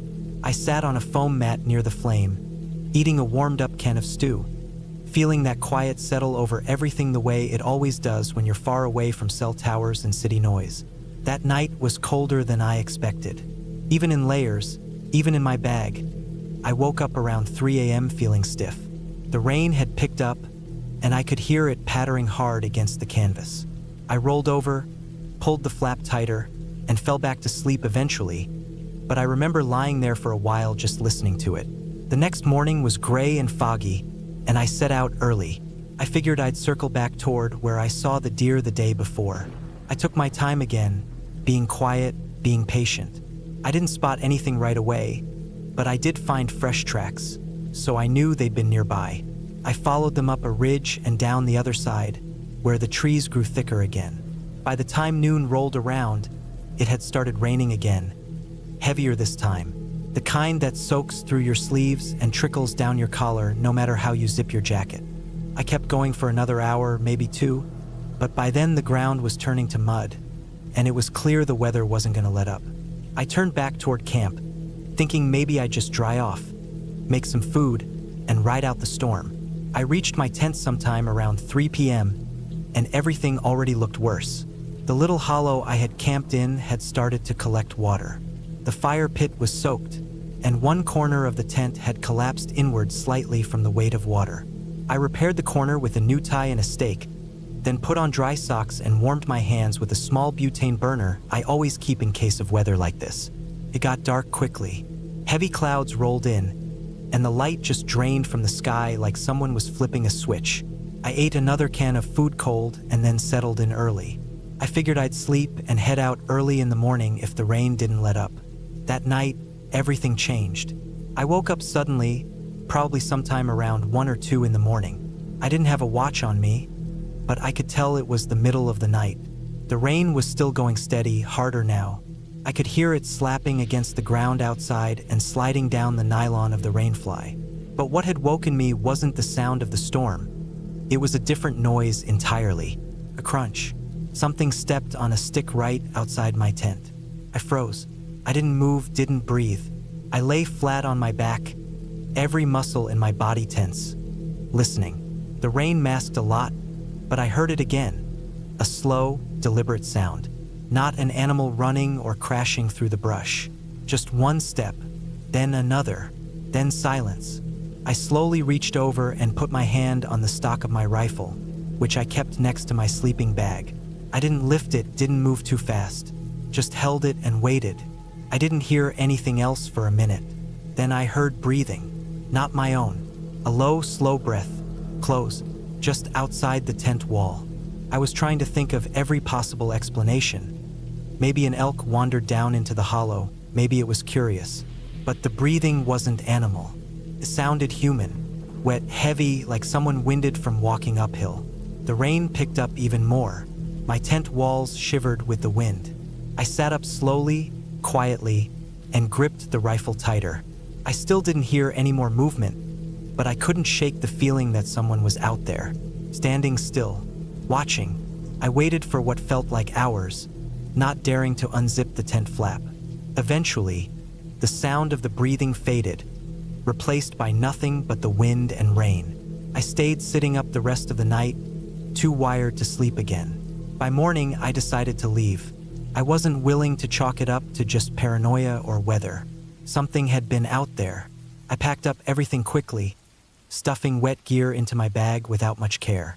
The trail back was slick, and I slipped a few times on the way down the ridge, but I didn't stop. I didn't eat, didn't rest. I just walked. About halfway back to my truck, I passed through the burned area again, the stretch of dead trees and soft ground. That's when I saw something that stopped me cold.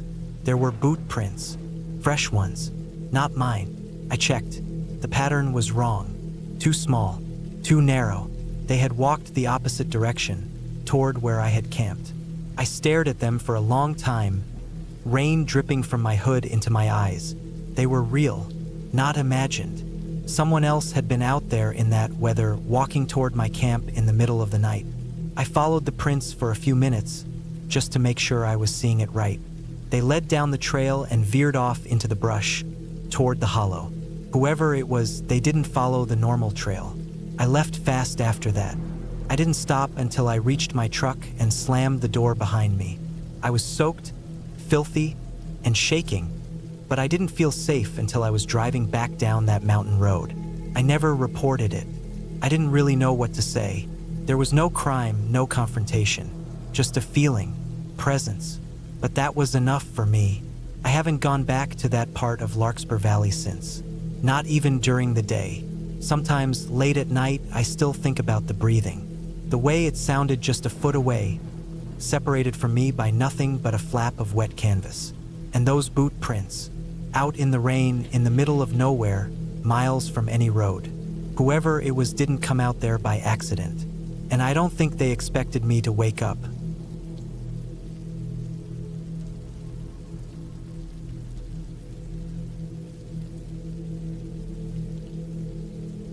I was 26 that summer. I just moved to Tennessee a few months earlier, trying to get away from a few things back in Ohio. Some breakups, a bad job, and just too many people I didn't want to see again. I didn't know anyone in the small town I ended up in, Lorman, population maybe 4,000 on a good day. But I liked it that way. I rented a little one-bedroom house on the edge of town, worked part-time at a gas station, and spent a lot of time exploring the back roads on my days off. There was this field I found one afternoon when I took a wrong turn past the old lumber mill. It was tucked behind a set of train tracks, maybe half a mile off the gravel road, hidden by a patch of trees and a collapsed wire fence. The land sloped slightly downward, like a shallow bowl, and right in the center was an old cemetery. You wouldn't notice it driving past, not unless you were looking for it. There were maybe 20 headstones, all of them cracked, worn, and leaning in strange directions like they were trying to fall asleep.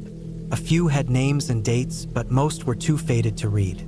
The newest one I could make out said 1904.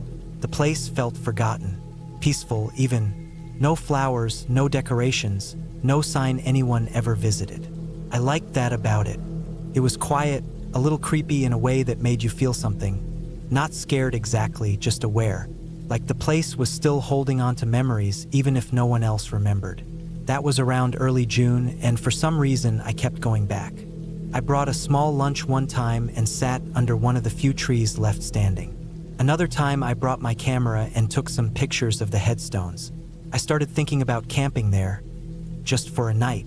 I'd done plenty of solo camping before, mostly in state parks or friends' land, but something about spending a night in that graveyard field stuck in my head. I don't know why exactly. I wasn't trying to be edgy or chase some spooky thrill.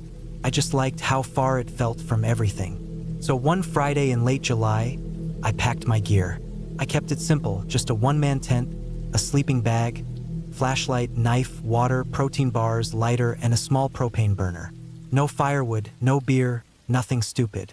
I parked my truck a little up the road and hiked in. It was still hot, humid, and full of mosquitoes, but the sun was starting to dip behind the trees when I got there. The shadows stretched long over the field, making the headstones look taller than they were. I set up the tent just outside the fence line, not right in the cemetery, but close enough to see the stones from where I'd be sleeping. I laid out my gear, ate a quick dinner, and sat there for a while, just listening. There were no cars, no dogs barking, no people, just crickets, some birds, and the occasional train in the distance. The grass was knee-high in places, dry and prickly. I had to stomp out a spot to lay my stuff down. As it got darker, I noticed how easily the place blended into the trees around it. The line between the field and the woods was barely there. Everything turned to shadow fast, and by 9 p.m., I needed the flashlight to see more than a few feet ahead. I wasn't scared, not then. I'd camped in stranger places, abandoned farms, riverbeds, once even a scrapyard outside Detroit. I knew how to read a place, and this one felt calm. I zipped myself into the tent around 10, with my knife close to the sleeping bag and the flashlight beside my head. I fell asleep to the sound of cicadas. I woke up sometime around 1 in the morning. Not to a noise exactly, more like the absence of noise. The cicadas were gone. No birds, no breeze. It was just still. My eyes opened slowly. I thought maybe it was a dream, but then I noticed how sharp the silence felt. Heavy. My heart picked up a little, nothing crazy, just that automatic tension your body gets when something feels off. I stayed still and listened. I couldn't hear anything outside the tent. Not even the usual rustle of the grass in the wind. I unzipped the tent flap a couple inches and looked out. The moon was high enough to cast light across the field, but it didn't reach the edges where the trees were. Everything past the cemetery was just black. The headstones were there, same as before, but they looked different. Not moved or anything, just different. Maybe it was the light. Maybe it was my eyes adjusting, but they looked taller, sharper. More like jagged rocks than weathered slabs. I didn't hear anything, but I felt something. The way the air presses against you when someone's standing too close. That kind of presence. I shut the flap and laid back down, but I didn't sleep.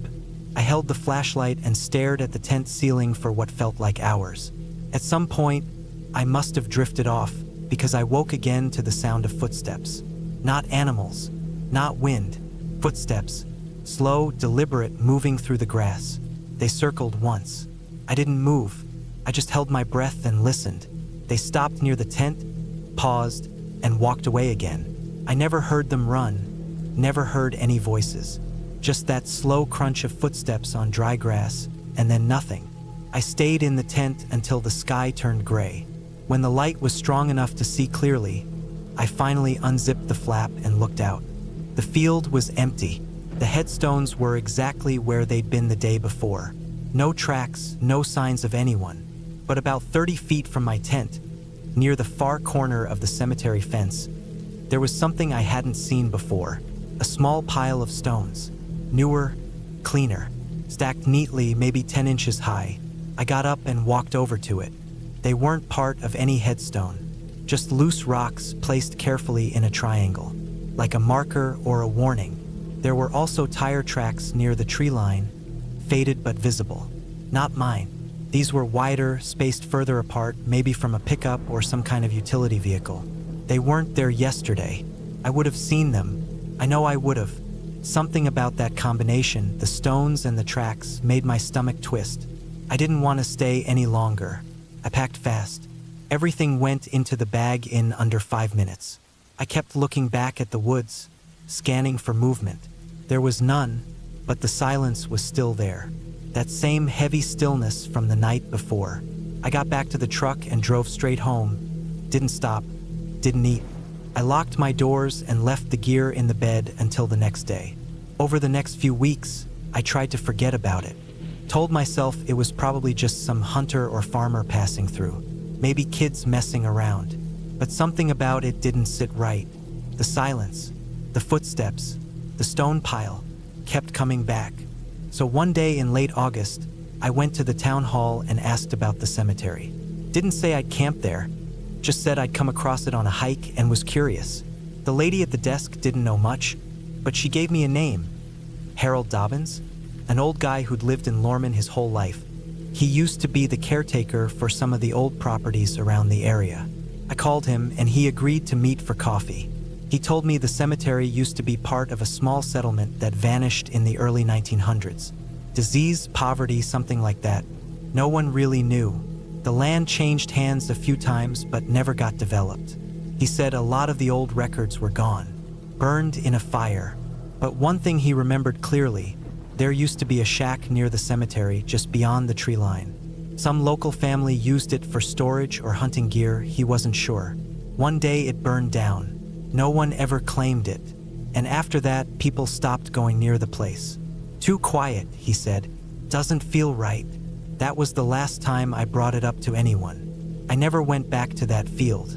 I thought about it more than once, but every time I got close to the road leading there, I turned around. Something happened that night. I don't know who or what was out there, but it wasn't some ghost story. It was real, flesh and blood. Someone who knew the land better than I did. Someone who didn't want me there. Sometimes, late at night, I still think about those footsteps. The way they circled. The way they paused.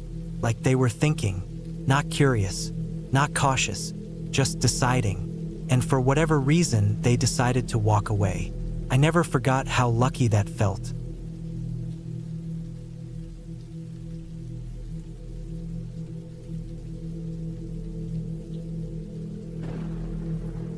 It was the last weekend of August 2017 when I decided to take a solo camping trip out in northern Montana, about an hour from Libby, deep into the Kootenai National Forest. I was 32 years old back then, single, and had gotten too used to the noise of the city. I'd been working construction since I was 20, and by that point, the long days and sore knees didn't bother me much. What did bother me was the way everything felt like it was closing in. Traffic, deadlines, honking horns, loud bars, people everywhere. I just needed quiet. A place where I could hear myself think. No phone signal, no streetlights, no buildings, just trees, dirt, and maybe the sound of a creek running somewhere nearby. I packed up my old green Tacoma with a tent, sleeping bag, my grandfather's old hunting rifle, which I mostly brought for black bears, a cooler with some simple food, 2 gallons of water, my camping stove, flashlight, folding chair, and a new pair of hiking boots I'd only worn once. I'd scoped out a place on a paper map a few days before. No marked trails led there, just a clearing in the trees, close to a slope and near a small lake. I thought about bringing my fishing gear but left it at home. I wasn't going to fish. I wasn't going to hike. I wasn't going to do anything, really. I just wanted to sit in the woods and remember what silence sounded like. I left early Friday morning and drove most of the day, passing through the last bits of paved road, then dirt, then nothing but forest all around. The last hour of the drive was slow, trees brushing against both sides of the truck, bouncing around on rocky paths, careful not to blow a tire or bottom out the suspension. Finally, I parked beside a wide dead tree that had fallen years ago and rotted where it lay. I got out, stretched my back, and just stood there for a minute. The only thing I could hear was the wind brushing through the leaves above me. That alone made the drive worth it. I grabbed my gear and hiked about 15 minutes west, through brush and uneven ground, until I found the spot. A circular clearing maybe 50 feet across, soft dirt and moss underfoot, with a decent view of the slope running down toward the lake maybe a quarter-mile away. It was perfect. I could see the water through the trees, but I was far enough away that I wouldn't have to worry about mosquitoes or animals coming to drink in the middle of the night. I set up the tent just inside the tree line to keep some shade. No fire pit, no rocks stacked up, no old garbage. No signs anyone had camped here before. Exactly what I wanted. By the time I had the tent staked down and my gear inside, the sun was starting to drop behind the trees. I heated a can of chili on the stove, ate it sitting on the back of the truck bed, then packed everything up and stashed the cooler in a bare bag strung between two trees. That night, I slept better than I had in years. The air was cold but not freezing, and it was dead silent. No cars, no neighbors, just the sound of my own breathing and the occasional crack of a branch in the distance. The next morning, I got up around 6 and walked down toward the lake with my thermos of instant coffee. The slope was steeper than it looked from the tent, and I had to dig my boots in deep to keep from slipping. At the bottom, the ground flattened out into a narrow stretch of soft, wet moss and muddy patches. A few animal tracks cut through, deer, raccoon, nothing big. I stood at the edge of the lake for a while, just sipping my coffee and watching mist float above the water. I didn't see another soul. Not a boat, not a plane overhead, not even a trail marker. I was just about to head back up when I noticed something odd. A piece of white fabric tangled around the base of a bush, maybe 30 yards to the left, near the edge of the tree line. It looked like part of a t-shirt. I walked over and crouched down, brushing it free. It was torn. The edge looked like it had been ripped, not cut. The fabric was dirty, weathered, but not old. No mold or heavy staining. My first thought was maybe a hunter lost something, or maybe a hiker cut themselves on a branch and wrapped the wound. But there was no blood, just a ragged edge and some dirt. I tucked it in my back pocket, not really sure why, and walked back to camp. Stuck in my head a little. The whole point of this place was how far it was from anything. I hadn't seen a single vehicle or even fresh tire marks on the way in. The odds of someone being out there and dropping a shirt were slim. I shrugged it off. Probably nothing. Probably something from last season. That afternoon, I read a book, cleaned my gear, and took a short nap in the tent. Around 3, I decided to take a longer walk up the slope behind the clearing to see if I could get a better view of the lake and maybe spot some deer or elk. The slope leveled off into a ridgeline maybe 30 minutes up, and I could see everything from there. The lake stretched out like a mirror, dark green trees packed in tight around it, my tent barely visible through a break in the canopy. I sat on a flat rock and took a drink from my bottle, watching the sky shift into orange as the sun dropped lower. That's when I saw the first boot print. It was about 10 feet to my left, just beside a narrow game trail. The print was sharp, fresh, edges still solid. My boots didn't match. Too small for mine. Maybe size 10, 10 and a half. The tread wasn't anything special, just a standard outdoor hiking pattern. But it hadn't rained in over a week, and this ground was dry, which meant whoever made it had walked through here very recently. I looked around. No broken branches, no sound. Just that single print. I followed the game trail for a bit, maybe 30 yards, but didn't find any more prints. It got steeper and rougher the farther I went, and after a while I turned around. On the way back, I kept scanning the dirt. I checked around my tent. Nothing. The forest was quiet. That night, I didn't sleep quite as well. I left my rifle just inside the tent flap. Not loaded, but close by. I told myself it was probably a hiker, someone passing through. Maybe they knew about the lake. Maybe they were camping nearby. But I hadn't seen or heard a single person since I got there. The next morning, I felt better. Drank my toffee, ate some jerky, decided to hike around the lake and circle back. I brought the rifle with me that time, strapped across my back. I told myself it was for bears. The trail around the lake was thick with brush, uneven and narrow. I was about halfway around when I saw the first piece of gear. A red nylon strap like the kind used on a backpack hanging from a tree branch.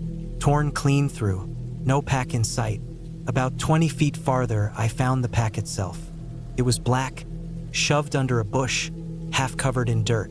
The zippers had been cut open, not unzipped. The contents were mostly gone. A crushed granola bar wrapper, an empty plastic water bottle, and a small first aid kit with the top half missing. No ID, no maps, no clothing. Just trash. I stood there for a long time just staring at it. My chest felt tight. My mouth was dry. Something was off. This wasn't a lost hiker. This was a bag someone didn't want to be found. I turned around and walked back to camp. No more exploring. No more wandering off trails. I packed up everything in my tent and threw it back into the truck.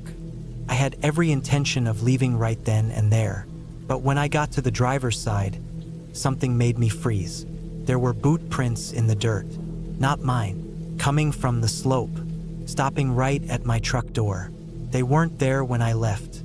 I slowly backed away, heart pounding, rifle in my hands now. I circled the truck. More prints on the passenger side. A faint smear on the window like a palm. Someone had walked right up to the truck while I was gone. Watched me maybe, or searched it.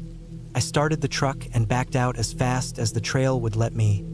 Tires grinding over rocks and twigs. I didn't stop.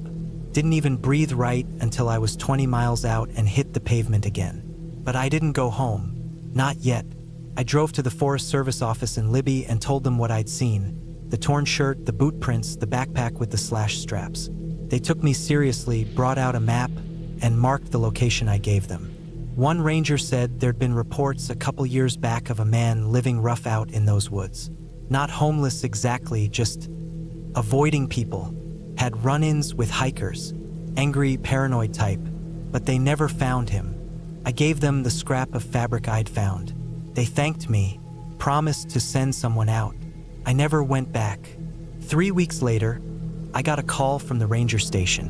They told me they'd found the remains of a campsite about half a mile from where I'd set up. A tarp strung between trees, animal bones, a knife stuck into a tree trunk, and another backpack. This one had an ID in it. The guy it belonged to had been reported missing in 2014. Never found until then.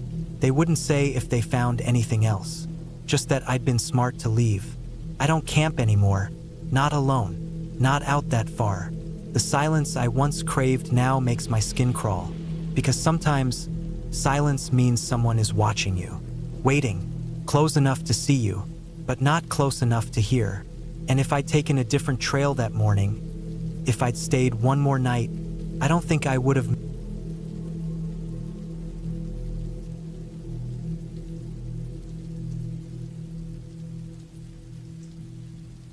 It was the summer of 2019 when I finally took time off work and drove up to southern Colorado to meet my cousin Marcus.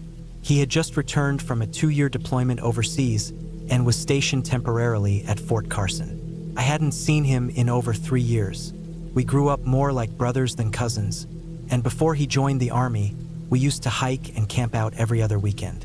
Getting back to the wilderness with him was something I looked forward to. Marcus had always been the brave one, disciplined, sharp, and calm under pressure. The Army had only intensified that part of him. I was 30, working a desk job in Phoenix, and hadn't been camping in 2 years. He was 32 and had just returned from what he described vaguely as a rough stretch of desert work. We didn't talk much about the details of his deployment. We decided on a spot deep in the San Isabel National Forest. It was about a 5-hour drive from where he was stationed. The area wasn't super popular with tourists, which was part of the reason Marcus picked it. He knew I didn't like crowded campgrounds, and neither did he. We wanted to be off-grid for a couple days, far from roads and people. We packed light but efficiently. Marcus was meticulous about gear. 2 small tents, high-calorie MREs, fire starter tools, water filters, a basic medical kit, and a satellite phone just in case. He carried his old combat knife, and I had a regular folding one in my pack. We each carried a small flashlight and an emergency whistle, though we didn't think we'd need either. We drove up early Friday morning. The road was dirt for the last 2 hours and climbed slowly into the forest. By early afternoon, we were unloading the truck and locking it behind a thick grove of spruce trees. From there, we hiked about 4 miles into the woods, following an old hunter's path Marcus had marked on a satellite map. He said it hadn't been used regularly for at least a decade, based on the overgrowth and lack of trail markers. By 6 p.m., we reached a flat clearing tucked between two shallow ridges. A small creek ran about 100 yards south of the spot, and the tree cover was thick but open enough to let some moonlight in at night. Marcus nodded approvingly. He said the elevation was good for visibility, and the ridges would block wind from most directions. We set up camp, lit a small fire, and boiled water to hydrate the MREs. As the sun dipped behind the trees, the temperature dropped fast. We sat around the fire and caught up. Marcus was quieter than he used to be, but I didn't press him. After a while, he leaned back on a log and closed his eyes. I stared at the flames until they were just glowing embers, then crawled into my tent and fell asleep. That first night was quiet. No wind, no animals, just the soft hiss of the creek in the distance. I woke up once in the middle of the night to pee and looked up at the stars. I hadn't seen a sky that clear in years. The next morning, Marcus was already up, boiling water. He had walked a little further up the ridge at first light and said he spotted some fresh deer tracks and what looked like a collapsed hunting blind. We ate breakfast, packed a small bag, and decided to explore that area. We left the tents and supplies at camp since we'd be back before sunset.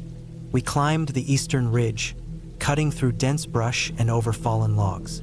It was tougher going than I expected. The incline wasn't steep, but the footing was uneven, and I slipped twice. Marcus helped me up both times without saying anything. Eventually, we reached a plateau with a great view of the valley below. That's where we saw it. Off to the right, maybe a quarter mile through the trees, was a small structure. It looked like an old shed or maybe a hunting cabin. The roof had partially collapsed, and the walls leaned inward. We hadn't seen anything like that on the satellite maps. Marcus frowned and pulled out his phone to mark the location. He said we should check it out. Took us 20 minutes to get there. Up close, the structure looked even worse. The door was barely hanging on, and most of the inside had been overtaken by dead leaves, moss, and mold. We stepped in carefully, watching our footing. Inside, there were 2 rotted wooden cots, a collapsed table, and some rusted cans. It smelled like wet earth and mildew. Marcus checked one corner and picked up a faded plastic container. It held a few rounds of old ammunition. .308s, he said. Likely for a deer rifle. He handed it to me, and I noticed the label on the side. For Jack, keep dry. The handwriting was shaky. We looked at each other for a moment.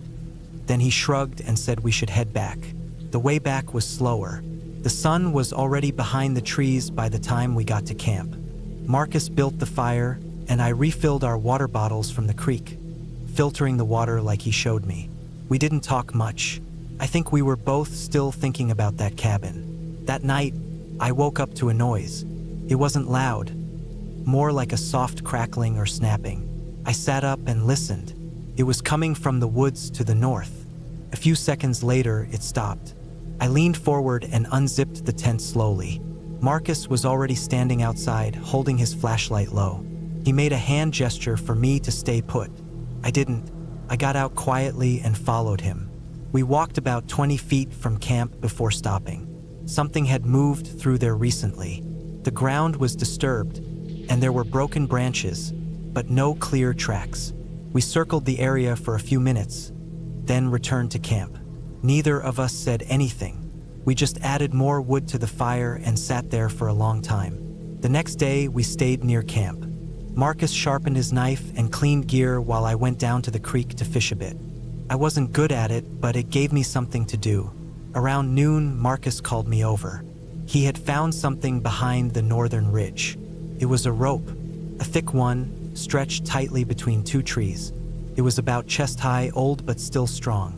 Attached to it were rusted metal hooks, evenly spaced, like for hanging game or drying clothes. The bark on the trees had deep grooves where the rope had rubbed in the wind.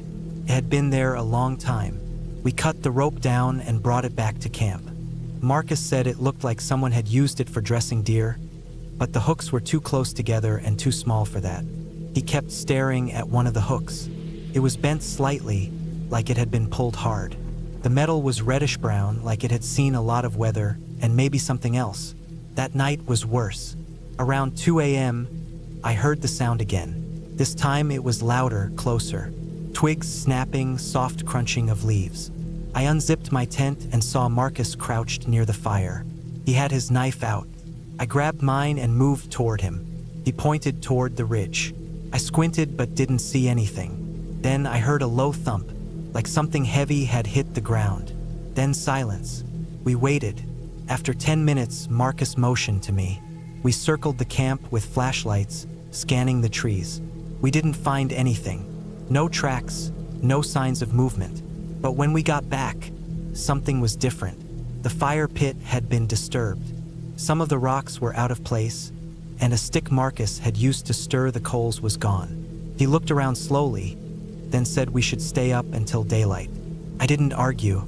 The next morning, we packed everything quickly. Marcus didn't explain, but I knew he felt something was off. We hiked back toward the truck in silence.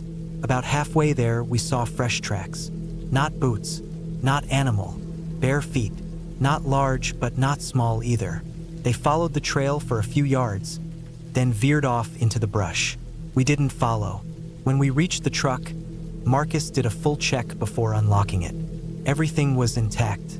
We drove back to the nearest ranger station and reported the rope, the old cabin, and the fire pit disturbance. The ranger didn't say much, just nodded and said they'd send someone to check it out. We never found out who or what was near our camp those nights. Maybe someone else had been living off-grid up there. Maybe someone saw us and decided to scare us off.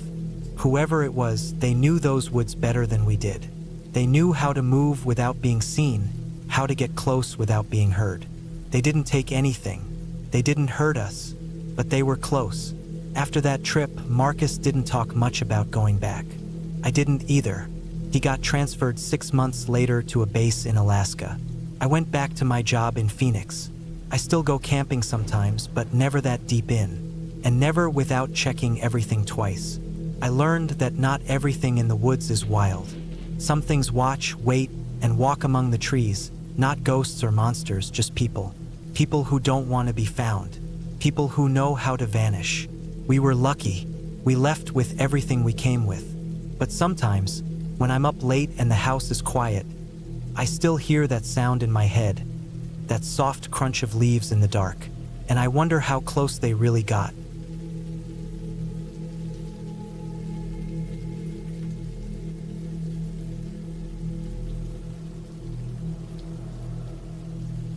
It was late summer in 2018, and I had just turned 33 a few weeks earlier. I was living in Denver at the time, working a stressful desk job in insurance claims. I didn't hate the job, but I needed a break from the city. I'd been burned out, anxious, and feeling that kind of pressure that doesn't really go away even when you're off the clock. I needed fresh air, quiet, and no people, so I planned a solo camping trip into the San Isabel National Forest. I had been to a few popular campgrounds out there before, but this time I wanted something more remote. I dug around some old maps, read a few trip reports on forums, and eventually decided on a spot way off the usual trails, roughly 10 miles from any of the maintained roads. There was no name for the spot, just an old Forest Service access trail that hadn't been used in years, according to the maps. I packed light but smart.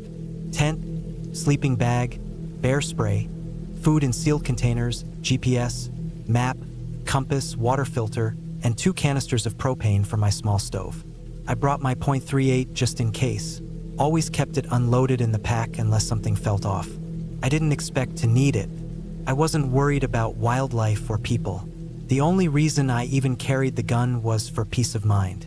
I left the city on a Thursday morning. The drive was beautiful, endless stretches of pine forest and jagged cliffs lining the highway.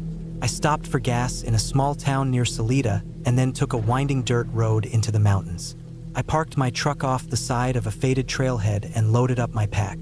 There were no other vehicles around, which is what I wanted. The hike took a few hours. It wasn't particularly steep, but the terrain was rough. Overgrown brush, downed trees, and loose rocks slowed me down. I followed the old Forest Service trail for a while, then veered off according to my map, heading toward a small clearing I had marked as my campsite. It wasn't on any official list. It looked like a patch of relatively flat ground nestled in a small valley near a stream. When I finally reached it in the early afternoon, I was exhausted, drenched in sweat, and already nursing a sore ankle from stepping awkwardly on a root. But the clearing was perfect. Tall pines shielded the area, and I could hear the gentle flow of water nearby. I set up my tent, laid out my gear, filtered water from the stream, and cooked a small meal. As the sun went down, the air cooled quickly. I wrapped myself in a jacket, sat on a flat rock, and listened to the forest settle. That first night was calm. No strange noises, no wind, no animals sniffing around. Just silence and the occasional chirp of crickets. I slept well. The next morning, I decided to explore the area a little further. I left my gear at the camp and hiked about a mile east, following the stream. The land started sloping downward, and I found a narrow ravine with a cluster of boulders and dead trees piled near the bottom. It looked like the aftermath of a small landslide, but it wasn't recent. Moss had already started growing over the rocks. On my way back, I noticed something odd just a few hundred feet from my camp. There was a faint path cutting through the underbrush, almost invisible unless you were standing right on it. It wasn't natural, too straight, too clean. I followed it for a bit. It led to a strange clearing, maybe 20 feet wide, perfectly circular. At the center was a small mound of rocks. It didn't look like anything ceremonial or ancient, just a pile. But something about it didn't sit right. I got the weird feeling I was being watched, though I was completely alone. I headed back to camp quickly. I didn't want to dwell on it. I told myself it was probably just an old fire pit or a forgotten marker from some backwoods surveyor. Still, I didn't sleep quite as soundly that night. The third day, I spent most of the morning fishing in the stream. Caught a couple of small brook trout, nothing big, but it felt good to be doing something simple. In the afternoon, I wandered around the nearby ridge to get a better view of the valley. That's when I saw it. Through a small break in the trees, maybe half a mile from my camp, I spotted movement. At first, I thought it was a deer or an elk, but it was a person. Definitely a man, dressed in dark clothes, hunched over and walking slowly. He was carrying something heavy, cradled in his arms like a bundle. I froze and watched from behind a fallen log. He didn't look like a hiker. No backpack, no visible gear. Just this limp bundle in his arms and a slow, deliberate gait. I waited until he moved out of sight, then quietly made my way back to camp. I tried to shake it off. Maybe it was just another camper, and the bundle was firewood or equipment. Still, the way he moved and the way he was dressed, it didn't feel right.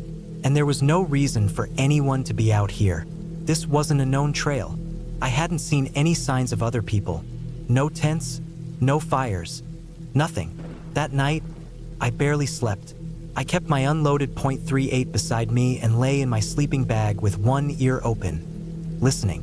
Around 2 a.m., I heard something move near the camp. It was quiet, cautious, stepping on soft pine needles. I didn't move. I just listened. It circled once, maybe twice. Then nothing. No retreating footsteps. Just silence. The next morning, I found a single boot print near the edge of my camp. It wasn't mine. I made up my mind to leave. I packed quickly, skipping breakfast, stuffing everything into my pack without much care. I was tired, paranoid, and just wanted to get out. The hike back was slow. My ankle was worse now, swollen and sore. Every few hundred feet, I'd stop and scan the woods, convinced someone was watching. It wasn't until I reached the old Forest Service road that I let myself breathe. My truck was still there, untouched. I tossed my pack into the back seat and got behind the wheel. Just as I was about to pull away, I noticed something hanging from my passenger side mirror. It was a small strip of cloth, tied in a tight knot. Faded gray, almost like the material the man had been wearing. I hadn't seen it when I left. Someone had been near my vehicle. I drove back to Denver without stopping. Didn't even grab food until I got home. I spent the next 2 days in my apartment, blinds closed, phone off, trying to shake the paranoia. Eventually, it passed. I went back to work, back to the same routine. But a few weeks later, something happened that made me realize it wasn't all in my head. A news story came out about a missing hiker near Salida, a woman in her late 20s. Last seen heading out alone into the mountains. Her car was found parked along a remote service road, same area where I had camped. The article mentioned search efforts, but no sign of her was found. The photo they used showed her smiling, dark hair, red jacket. I don't know for sure if that was what I saw, but I think about the man, the bundle in his arms, the boot print near my tent, the cloth on my mirror. I never went back into those woods again, and I started locking my windows at night.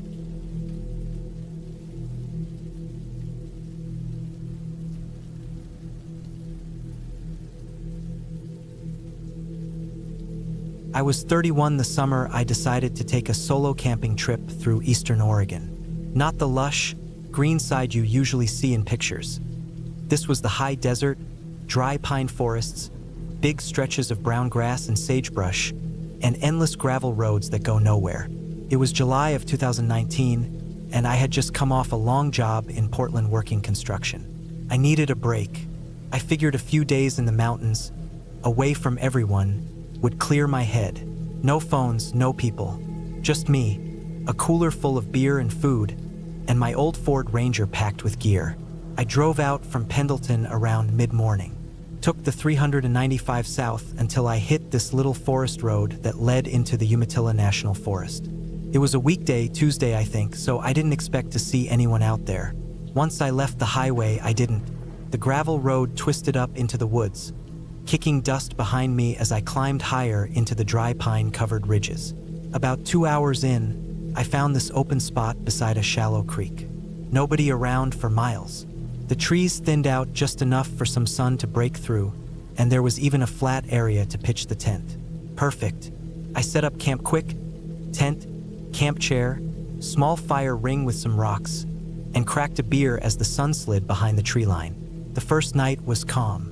A few deer moved around in the brush after dark, and I heard an owl now and then. The air was warm, dry, but not hot, and I fell asleep to the sound of the creek trickling beside me. I woke up once around 3 a.m. to pee and just stood there for a bit, listening. So quiet, just the wind in the pine needles and the occasional creak of the tent nylon shifting. I felt good out there, comfortable. The next morning, I hiked up one of the ridges behind camp. The view was incredible. Just miles of trees, hills, and clear blue sky. No signs of people. I spent most of the day walking, following game trails, occasionally checking my GPS just to make sure I wasn't getting too turned around. Around 4 p.m., I got back to camp and jumped in the creek to wash off the sweat. I laid out in the sun for a while after, drank another beer, and started up a small fire to cook some food. It wasn't until that second night that I started to feel something was off. I was sitting by the fire around 9:30, just watching the flames and letting the heat hit my face when I heard this sound. Crunching, like footsteps, coming from up the slope behind my tent. I froze. It wasn't an animal. I know the sound of deer moving through brush. This was slow, steady, and heavy. Someone was walking out there. I killed the fire fast, just stomped it out and grabbed my flashlight. But I didn't turn it on. I didn't want to give away my position, not until I knew what was going on. I crouched beside a fallen log and listened. The footsteps stopped. Nothing moved. I stayed like that for almost 20 minutes, barely breathing, waiting to hear them again. But it was silent. Finally, I moved back to the tent, got inside, and zipped it up. I kept my knife close and didn't sleep much. By morning, I almost convinced myself it was a deer or maybe even my own mind playing tricks. You start to hear weird stuff when you're alone in the woods. Still, I felt uneasy. I packed up a few things and drove back down the road a bit, found another spot a few miles away, deeper into the forest. This site was tucked between two ridges, shaded and tighter than the last. There was a decent clearing and some flat ground, but not much of a view. I figured that might help me feel less exposed. I set up quick and made a point to clear a wide area around the tent, checking for tracks or anything strange.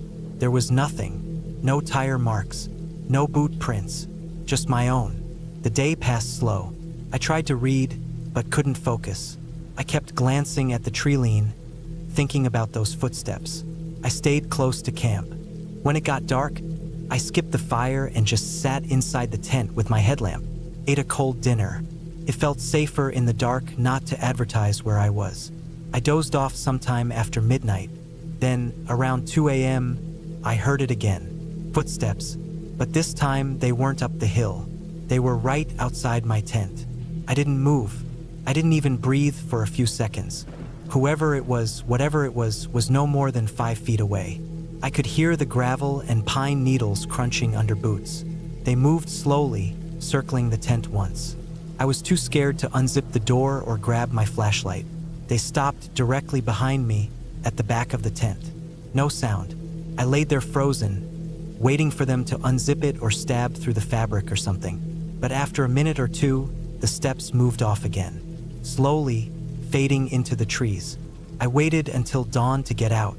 When I did, I found tracks. Not big ones, average-sized boots.